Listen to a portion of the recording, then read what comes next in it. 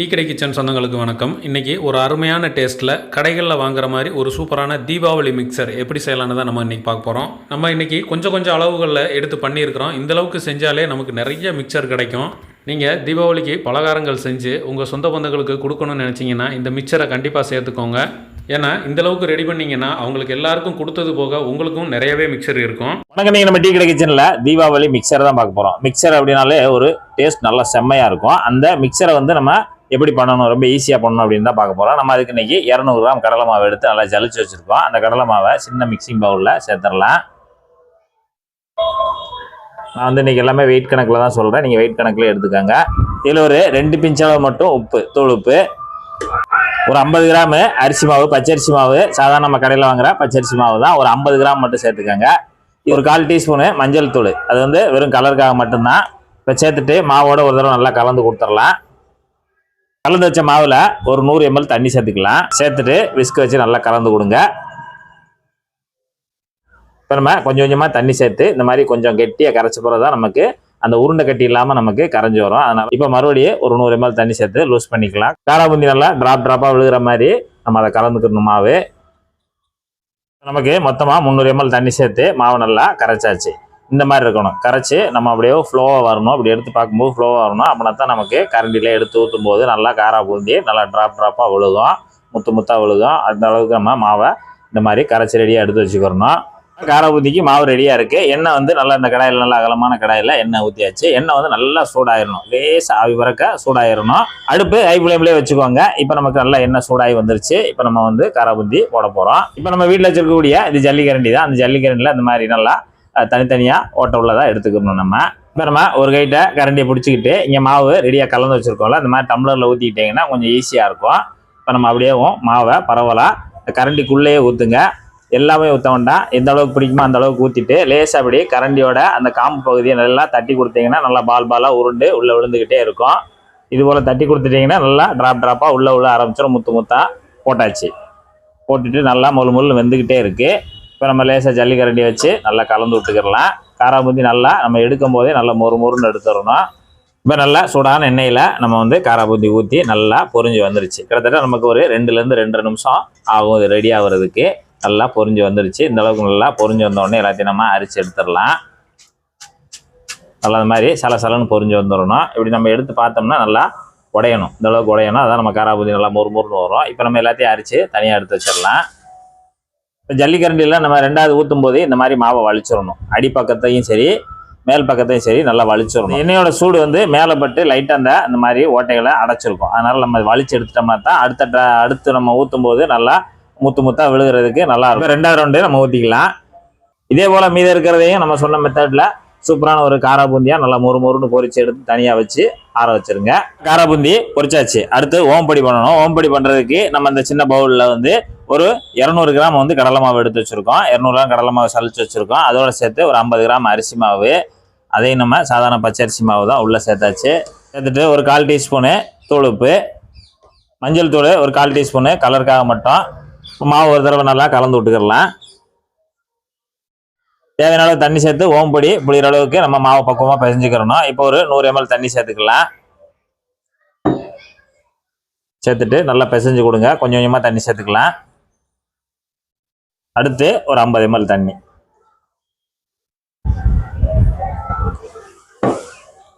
சேர்த்துட்டு நல்லா பிசைஞ்சு கொடுத்துருங்க. இப்போ 150 ml தண்ணி சேர்த்து நல்லா மாவை பிசைஞ்சாச்சு. அந்த மாதிரி பிசைஞ்சுக்கிறணும். அதாவது ரொம்பையும் கெட்டியாக இருக்கக்கூடாது, ரொம்பையும் இலக்கமாக இருக்கக்கூடாது. நம்ம புளிகிற அளவுக்கு இருக்கணும். அந்த அளவுக்கு நைஸாக இருந்தால் தான் நமக்கு ஓம்பொடி புளிய முடியும். இப்போ நம்ம மாவோட பக்குவம் பார்த்தீங்கன்னா இந்த மாதிரி இருக்கணும். இந்த மாதிரி இருந்தால் தான் நமக்கு ஓம்பொடி புளியறதுக்கு சரியாக இருக்கும். இப்போ மாவு நமக்கு ரெடி ஆயிடுச்சு. ஓம்பொடி புளிய போகிறோம். நான் அமுக்கு உலக்கு தான் எடுத்திருக்கேன். நீங்கள் திருக்கு உலக்கு எதுனாலும் எடுத்துக்கோங்க. ஆனால் இன்றைக்கி ஓம்பொடி நம்ம பெரிய கண்டில் தான் புளிய போகிறோம். அதாவது பெரிய சைஸில் தான் புளிய போகிறோம். இப்போ இதில் லேசாக எண்ணெயை அப்படி லேசாக தடவி விட்டுக்கோங்க. அதாவது சில்லுலையும் அந்த உலக்குலையும் நல்லா எண்ணெயை தடவி விட்டுக்கோங்க. இப்போ மாவை கொஞ்சமாக எடுத்து உலக்கில் புல் பண்ணிக்கலாம். கல்வாசி இருக்கிற மாதிரி மாவை எடுத்து நம்ம உலக்கில் சேர்த்துக்கலாம். இப்போ நம்ம ஓம்பொடி புளிய போகிறோம். அதே கடாய் தான். அதே கடாயில் நம்ம எண்ணெயை மறுபடியும் சுத்தப்படுத்திட்டு வச்சுருக்கோம். எண்ணெயோட சூடு பார்த்தீங்கன்னா நல்லா இருக்கணும். அடுப்பு மீடியத்தில் வச்சுக்கோங்க. இப்போ நமக்கு சூடு சரியான அளவில் இருக்குது. நேரடியாக அதிலே பிழிஞ்சிக்க போகிறோம். அப்படியே எண்ணெய் பக்கத்தில் கொண்டு வந்து ஒரு சைடாக உங்களுக்கு தெரிகிற மாதிரி வச்சுக்கோங்க. அப்படியே ஒரே ரவுண்டு, அவ்வளோதான். ஒரு ரவுண்டு சுற்றி கொண்டு வந்து அதோட முடிச்சிருங்க. இப்போ நம்ம ஓமப்பொடி நல்லா அந்த மாதிரி முள்ளு பபுள்ஸாக வரும், வந்து மேலே எந்திரிச்சு வந்துடும். எந்திரிச்சு வந்து நல்லா வெந்துக்கிட்டு இருக்கும். கொஞ்சம் பபுள்ஸ் குறைஞ்ச உடனே நம்ம அதை புரட்டி விட்டுக்கலாம். இப்போ நம்ம பிழிஞ்சு விட்டு ஒரு 1.5 நிமிஷம் ஆச்சு. நமக்கு அந்த எண்ணெயோட அந்த சலசலப்பு கொஞ்சம் குறைஞ்சி வந்திருக்கு. புரட்டி விட்டுறலாம். அப்படியேவும் இந்த பக்கம் நல்லா வெந்து வரட்டும். அவ்வளோதான். நம்ம அங்கிட்டு புரட்டி விட்டு நமக்கு அந்த ஓமப்பொடி ரெடி ஆயிடுச்சு. கிட்டத்தட்ட இது ஒரு 3 நிமிஷத்துக்குள்ளே நமக்கு ரெடி ஆயிரும். இப்போ பார்த்தீங்கன்னா சூப்பரான ஒரு பருவட்டான ஓமப்பொடி ரெடி ஆயிடுச்சு. இப்போ நம்ம அப்படியே எடுத்துடலாம். எடுத்துட்டு இந்த மாதிரி தனியாக வச்சிடலாம். ஓமப்பொடியை 2வது ரவுண்டு புளிய போகிறோம். அதேமாரி எண்ணெயோட சூடு வந்து நல்லா பண்ணிவிட்டு அதுக்கப்புறமா புளிய ஆரம்பிச்சிருங்க 2வது ரவுண்டும். இப்போ நம்ம இதே போல் மீதி இருக்கிற மாவை நீங்கள் சூப்பரான ஓமப்பொடியாக சுட்டு தனியாக எடுத்து வச்சுருங்க. ஓமப்பொடியை போட்டு எடுத்தாச்சு. இப்போ அதே எண்ணெய் அதே சூடில் நம்ம வந்து நிலக்கடலை பருப்பு 100 கிராம் எடுத்திருக்கோம். இது வந்து ஏற்கனவே நான் வறுத்த பருப்பு தான் எடுத்திருக்கேன். நீங்கள் பச்சை பருப்பு கூட எடுத்து இது பண்ணிக்கலாம். இந்த மாதிரி ஒரு ஜல்லிக்கரண்டியில் போட்டு அப்படியேவும் அந்த மிதமான சூட்லேயே வச்சு நல்லா லேசாக நமக்கு பொரிய வச்சு எடுத்தால் போதும். நம்ம வறுத்த பருப்புன்றனால ஒரு நிமிஷம் மட்டும் நம்ம இந்த எண்ணெயில் போட்டு நல்லா அந்த மாதிரி பொரிச்சிட்டு தனியாக எடுத்துடலாம். அவ்வளோதான். தனியாக தட்டில் எடுத்து தட்டிடுங்க. நல்லா ஆறி வரட்டும். பொரிகடலை, அதாவது உடச்சகடலை ஒரு 50 கிராம் எடுத்து வச்சுருக்கோம். அதையும் நம்ம இந்த ஜல்லிக்கரண்டியில் போட்டு லேசாக எண்ணெயில் இது போல் வச்சு எடுத்தால் போதும். ஒரு நிமிஷம் மட்டும் லேசாக பொரிஞ்சு வந்தால் போதும். அதையும் நம்ம எண்ணெயிலேருந்து எடுத்துட்டு தட்டில் தட்டி ஆற வச்சுக்கலாம். இப்போ அவுல் ஒரு 25 கிராம், வெள்ளை அவுல் சிவப்பு அவுல் எதுனாலும் இருந்தாலும் பரவாயில்ல, ஒரு 25 கிராம் எடுத்து அதையும் நம்ம பொரிச்சிக்கலாம். அது கரண்டியை தாண்டி போயிடும், அவுல் நிற்காது கரண்டிக்குள்ளே, இருந்தாலும் பரவாயில்ல, நம்ம அப்படியேவும் பொரிச்சிடலாம். இது போல் ஒரு நிமிஷம் தான் ஆகும் நமக்கு பொரிக்கிறதுக்கு. அதை இட்டு அதை ஆற வச்சுக்கலாம். இப்போ இந்த கிண்ணத்தில் ஒரு 50 கிராம் கார்ன் சிப்ஸ் வச்சுருக்கோம். அதை நம்ம எண்ணெயில் பொரிச்சுக்க போகிறோம். நல்லா எல்லாத்தையும் கொட்டி நல்லா எண்ணெயில் பொரிச்சுக்கோங்க. 50 கிராம் எடுத்துருக்கோம். 50 கிராம் நல்லா பொரிச்சாச்சு. கருவேப்பிலை ஒரு 4-5 கொத்து இருக்கும். நல்லா தாராளமாக பொரிச்சு போட்டுக்கலாம். அவ்வளோதான். லேசாக உள்ளே போட்டோடனே பொரிஞ்சிடும். அப்படியே நம்ம அரைச்சி எடுத்துடலாம். இப்போ நம்ம மிச்சருக்கு தேவையானதெல்லாம் ரெடி பண்ணியாச்சு. இப்போ நம்ம ஓமப்பொடியெல்லாம் நொறுக்கிக்கலாம். பார்த்தீங்கன்னா சூப்பராக நொறுக்கி வந்துருச்சு. ஓமப்பொடியெல்லாம் நல்லா நொறுக்கியாச்சு. இந்த அளவுக்கு நொறுக்கி வச்சுட்டு இப்போ நம்ம காரா பூந்தியை நல்லா பொரிச்சு வச்சுருக்கோம். நல்லா முறுமுறுன்னு இருக்குது. இப்போ காரா பூந்தியை நம்ம இந்த மிக்சிங்கில் சேர்த்துக்கலாம். நிலக்கடலை பருப்பு, பொரியல்லாம், அவுல் எல்லாமே நம்ம நல்லா ஆறி வந்துருச்சு. ஆறி வந்ததை நம்ம இதோட சேர்த்துக்கலாம். இப்போ நம்ம இதுக்கு தேவையான உப்பு சேர்க்கணும். 1 டீஸ்பூனு தூள் கையில் போட்டு லேசாக நல்லா அப்படியே தூவி விடுங்க. அப்படியே போட்டுறாதீங்க. மிளகாய் பொடி 1 டீஸ்பூன் போடுறேன். நீங்கள் காரத்துக்கு தகுந்தாப்புல போட்டுக்கோங்க. அதையும் நல்லா கையில் தட்டிட்டு அப்படி மேட்டாக்கில் நல்லா பரவலாக தூவி விடுங்க.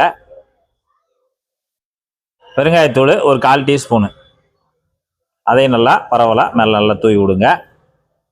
வெள்ளைப்பூண்டு நம்ம ரசப்பூண்டு தான். ரசப்பூண்டு ஒரு 2 இந்த மாதிரி சைஸில் 2 எடுத்துகிட்டு நல்லா நச்சு வச்சுருக்கோம். 1-2மா. அது வந்து நம்ம வந்து மேக்ஸிமம் நம்ம போடும்போதெல்லாம் பச்சை பூண்டாக தான் போடுவோம். உங்களுக்கு பச்சை பூண்டு பிடிக்கலை அப்படின்னா இப்போ பொரிச்சிட்டு கூட உள்ளே போட்டுக்கலாம். அதையும் லேசாக அப்படி மேலே தூவி விட்டுருங்க. இந்த வாசனை மிச்சருக்கு வந்து இந்த பூண்டு வாசனை தான் நல்லா சூப்பராக இருக்கும். கண்டிப்பாக மிஸ் பண்ணிடாமல் அந்த பூண்டு இதில் கண்டிப்பாக சேர்த்துருங்க. கலந்து விட்டுக்கோங்க.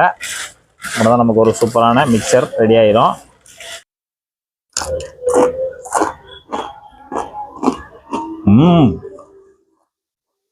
இந்த மிக்சரு அப்படி ஒரு மிக்சிங்காக எடுத்து சாப்பிடும்போது இந்த தீபாவளியே நிறைவு பெற்ற மாதிரி இருக்கு. அந்த அளவுக்கு அருமையாக இருக்கு.